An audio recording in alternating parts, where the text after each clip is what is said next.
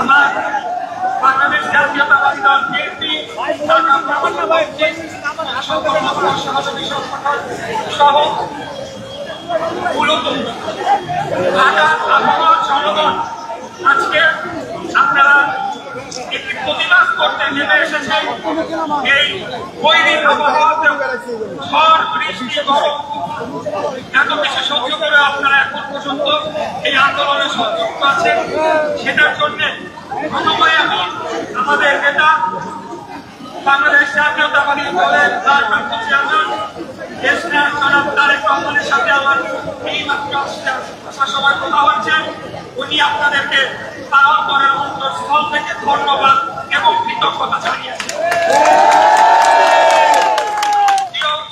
উপস্থিতিবৃন্দ, আজকে এই যে আন্দোলনটি আমরা শুরু করেছি একটি পর্যায় পর্যন্ত নিয়ে আসা হয়েছে। আমি স্পষ্ট করে আপনাদেরকে বলতে চাই, এখানে কোনোদিনও আমার মেয়র হওয়ার, মেয়র শপথ নেওয়ার বা ক্ষমতা গ্রহণ করার উদ্দেশ্য অথবা মূল লক্ষ্য ছিল না। আমরা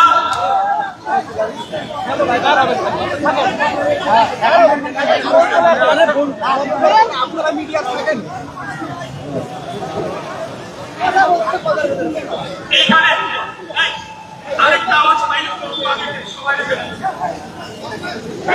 আমি গুরুত্বপূর্ণ বক্তব্য রাখছি ঢাকাবাসীর উদ্দেশ্যে এবং এখানে জাতীয় সকল মিডিয়ার দেশবাসীর উদ্দেশ্যে কিছু গুরুত্বপূর্ণ বক্তব্য রাখতে চাচ্ছি। দয়া করে আপনারা আজকে যে আন্দোলনটি হচ্ছে সেটি হয়তো বা আমি ইশরাক হোসেন আমাকে আমার প্রতি বৈষম্য করা হয়েছে। আমি আদালতের রায়ের মাধ্যমে আমি যে মামলাটি করেছিলাম আইন মেনে সেই মামলার রায় পেয়েছি। আইন অনুযায়ী আমরা এতদিনের শপথ নিয়ে বসার কথা সেটা দিচ্ছে না। সেটার জন্য হয়তো বা অনেকে মনস্ফুট হয়েছে। কিন্তু আমি আবারও বলতে চাই, আজকের এই আন্দোলন কোন এক ব্যক্তির ক্ষমতা অথবা বিপদের জন্য লড়াই নয়। আজকের এই লড়াইটি নির্ধারণ করে দিলেন এই বছর ডিসেম্বর মাসের মধ্যে আমরা আদৌ একটি জাতীয় নির্বাচন, যেখানে জনগণের সুষ্ঠু সঠিক ভোটদানের মাধ্যমে এবং সঠিক গণনা এবং ফলাফল ঘোষণার মাধ্যমে একটি জনগণের সরকার প্রতিষ্ঠা হবে। সেই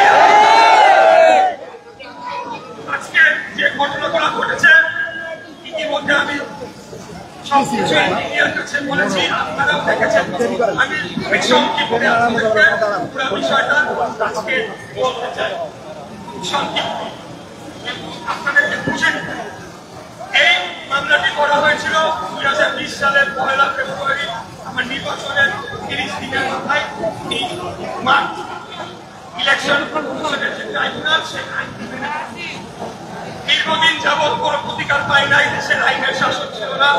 উনি হাসিনার আত্মীয় মেয়র তাপসকে অবৈধভাবে রাত 1টার সময় জোর করে গ্যাজেট ঘোষণা করে বিজয় ঘোষণা করা হয়েছিল। তখন 5টা থেকে আমরা বিভিন্ন কেন্দ্র থেকে ফলাফল পাচ্ছিলাম। আমি এগিয়েও ছিলাম। সকাল 6টার থেকে বন্ধ করে দেয়, রাত 1টার দিকে ঘোষণা। সেটাকে অবৈধ যে আমরা মামলা করেছিলাম এবং পরবর্তীতে সকল সাক্ষী প্রমাণ সবকিছু শেষে আদালত কর্তৃক নির্ধারিত হয়েছে যে সঠিক ছিল এবং আমি বিজয়ী প্রার্থী হতে পারি আইন অনুযায়ী। এরপর নির্বাচন কমিশনে পাঠানো হয়। কমিশনের সেখানে বিজ্ঞ আইনজীবীরা রয়েছে। আমার যারা 7-8 জন ডিস্ট্রিক্ট জজ, তারা আইনজীবী প্যানেল হিসেবে কাজ করে থাকে। তারা পুরো মামলাটি পুঙ্খানুপুঙ্খভাবে সেটিকে পরীক্ষা নিরীক্ষা করে দেখেছে এবং নিশ্চিত করেছে একটা সেখানে। তারপরেও এক অদৃশ্য চাপে নির্বাচন কমিশনকে বাধ্য করা হলো আইন মন্ত্রণালয়ে কি মতামত চাওয়ার জন্য। নির্বাচন কমিশন একটি স্বাধীন সার্বভৌম সংস্থা, তারা যে সিদ্ধান্ত নেবে সেটিকেই আমাদেরকে মেনে নিতে হবে। আমরা যদি এই চর্চাটা যদি এখন থেকে আমরা আমাদের মাথায় না রাখতে পারি, তাহলে বাংলাদেশে গণতন্ত্র কোনদিনও হবে না। এখন অতীতে যা হচ্ছিল ভিন্ন ব্যাপারে। এরপরে আইন মন্ত্রণালয় আবার আসলো, ইলেকশন কমিশন আইন অনুযায়ী গ্যাজেট করলো। করার পর এখন স্থানীয় সরকারের মন্ত্রণালয় একমাত্র দায়িত্ব আইন অনুযায়ী কেবলমাত্র প্রধান উপদেষ্টা মাননীয় প্রধান উপদেষ্টার সাথে আলাপ করে আমার শপথ গ্রহণের অনুষ্ঠান সম্পন্ন করা। এর বাইরে তাদের মতামত দেওয়ার কিছু নাই। কারণ ইতিমধ্যে ভোট নির্বাচন কমিশন আইন মন্ত্রণালয় করে এক ফান্ডিং দিয়েছে, তারা শুধুমাত্র শপথের আয়োজন। এরপরে আপনারা দেখেছেন একটি নতুন দল যাদের ব্যাপারে অত্যন্ত আশাবাদী ছিল, এটা বাংলাদেশের রাজনীতির জন্য ভালোর জন্য এগিয়ে আসুক। কিন্তু আমরা দেখলাম যে দল গঠন করার পর এই সরকারের মধ্যে দলের কয়েকজন প্রতিনিধি রয়ে গেল। তার মানে আমরা যে কারণে আন্দোলন শুরু করেছিলাম একটা সম্পূর্ণ নিরপেক্ষ সরকারের মধ্যে জাতীয় নির্বাচন হবে, সেখান থেকে আমরা এখানে আমি একজন উপদেষ্টার উদাহরণ দিব, ইসলাম অত্যন্ত একটা ভালো পদক্ষেপ নিয়েছেন। উনি পদত্যাগ করে গিয়ে রাজনীতি নিয়ে কিন্তু বাকি যে দুজন উপদেষ্টা রয়েছে তারা এখনো এই সরকারের ভেতরে রয়েছে। যারা সম্মিলিতভাবে বাংলাদেশ জাতীয়তাবাদী দল আগামী যাতে নির্বাচনে না আসতে পারে, ভালো না করতে পারে, রাষ্ট্র ক্ষমতায় না আসতে পারে, দেশ সংস্কারের যে কোনো সেটাকে বাস্তবায়ন না করতে পারে, সেটা যুক্ত রয়েছে। এখন আমরা আজকে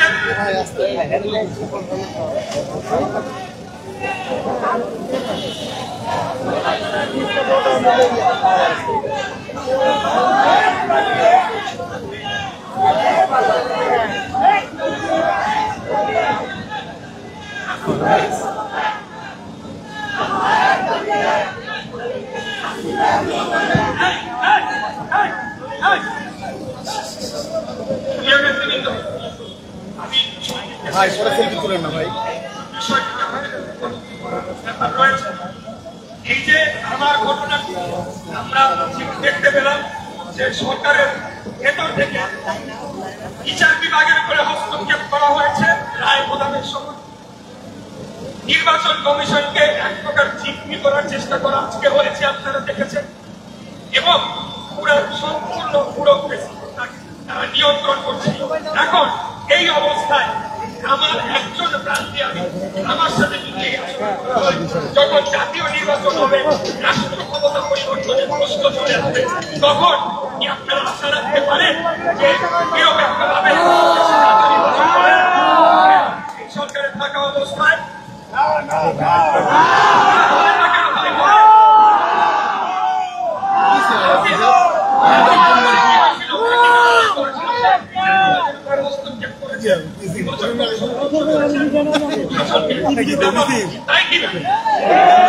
আরেকটা স্বৈরাচারের জন্ম হতে দিতে পারে? স্বৈরাচারের জন্ম এই বাংলাদেশের ইনশাআল্লাহ যদি হয়, হাসিনার যে পরিণতি হয়েছে 17 বছর আমরা যেভাবে রক্ত আর জীবন এক করে জীবন দিয়ে খুন হয়ে বাংলাকে জেল কেটে নির্যাতিত হয়ে উনি হাসিনার পলায়নের প্রেক্ষাপট রচনা করেছিলাম। আমরা যে কোনো সময় উচিত জবাব দেওয়ার জন্য প্রস্তুত হয়েছি।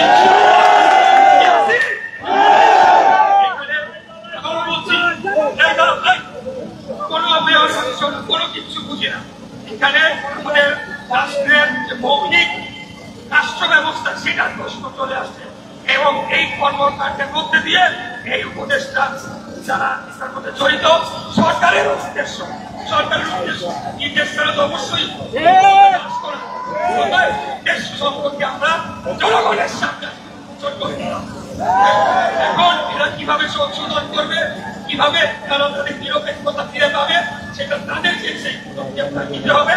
এবং আমি ব্যক্তিগতভাবে মনে করি তার প্রথম কাজটি হচ্ছে স্থানীয় সরকার অবিলম্বে পদক্ষেপ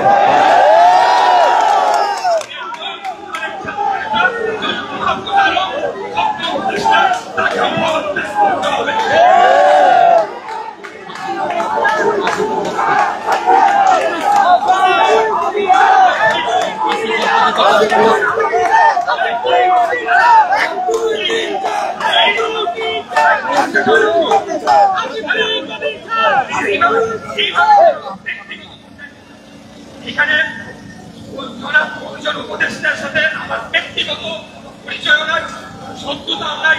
তৈরিটাও নাই, কোনো কিচ্ছু নাই। এখানে কেবলমাত্র বাংলাদেশের গণতন্ত্র, বাংলাদেশের জনগণের ভোটের অধিকারের জন্য আজকে আমাকে এই আন্দোলন নিয়ে রাস্তায় নামতে হচ্ছে।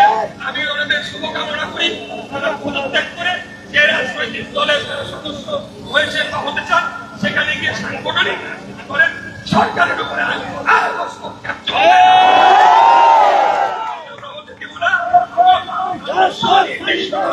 নির্বাচনের রোডম্যাপ চাই। এখন এটা পরিষ্কার হয়ে গিয়েছে। এতদিন যখন আমরা বলতাম নির্বাচন নিয়ে তখন একটা আমাদের সমালোচনা করতো, তারা মনে করতো যাওয়ার জন্য উদ্গ্রীব হয়ে আসবো। কিন্তু আসল ব্যাপারটা হচ্ছে বাংলাদেশ জাতীয়তাবাদী দল কোনো ঘুরে এসে ঘুরে বসে কোনো ছোট রাজনৈতিক সংগঠন নয়। বারে বারে রাষ্ট্র পরিচালনা করেছি। আমাদের এই দলের যে বয়স হয়েছে, এখানে যে নেতৃবৃন্দ রয়েছে, আমরা বারে বারে রাষ্ট্র ছিলাম।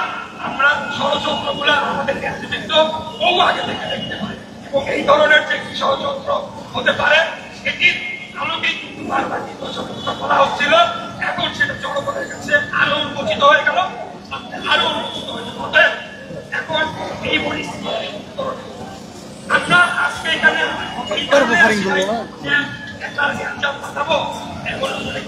আন্দোলন নাই, কি করা যায়, চলো মারামারি কথায় সেটা এখানে সেই উদ্দেশ্যে আমি আসি না। এসেছি একটা সমাধান করতে হবে, এমন শান্তিপূর্ণ সমাধান যেখানে সকল গণতান্ত্রিক সহযোগী আন্দোলন যতগুলো রাজনৈতিক দল ছিল তারা যাতে পাশাপাশি সহ অবস্থান করে তাদের রাজনীতিটা করতে পারে, ক্যাম্পাসে যাতে সহ অবস্থান করতে পারে এবং আলটিমেটলি নির্বাচনের মাধ্যমে সরাসরি ভোটের মাধ্যমে জনগণের সরকার যারা এসে হবে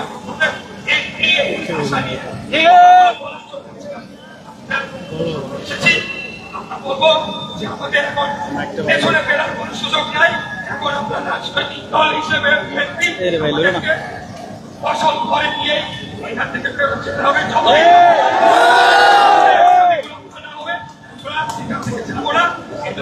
শেষ ঘোষণা, সবাই ভালো থাকবেন।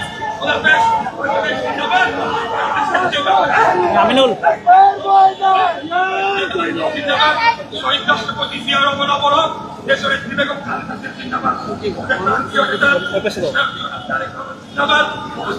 সর্বস্তরের জনগণ, ঢাকা ঢাকার বাইরে পেশাজীবী শ্রমজীবী ব্যবসায়ী যারাই রয়েছে এবং একেবারে প্রান্তিক পর্যায়ে পরিশ্রম কৃষক ভাইরা সহ সবাইকে বলতে যদি যদি কোনোভাবে পৌঁছায় আপনারা আপনাদের ভোটের অধিকার সবসময় মনে রাখবেন। আমাদের আমাদেরকে যে অপবাদ দেওয়া হচ্ছে এগুলোকে চক্রান দেওয়া হচ্ছে। আপনারা আমার ভোটের অধিকার লড়াই যদি মহান আল্লাহ তাআলা চায় আমি ওই দেওয়ারের চেয়ারে গিয়ে বসতেই হবে। যদি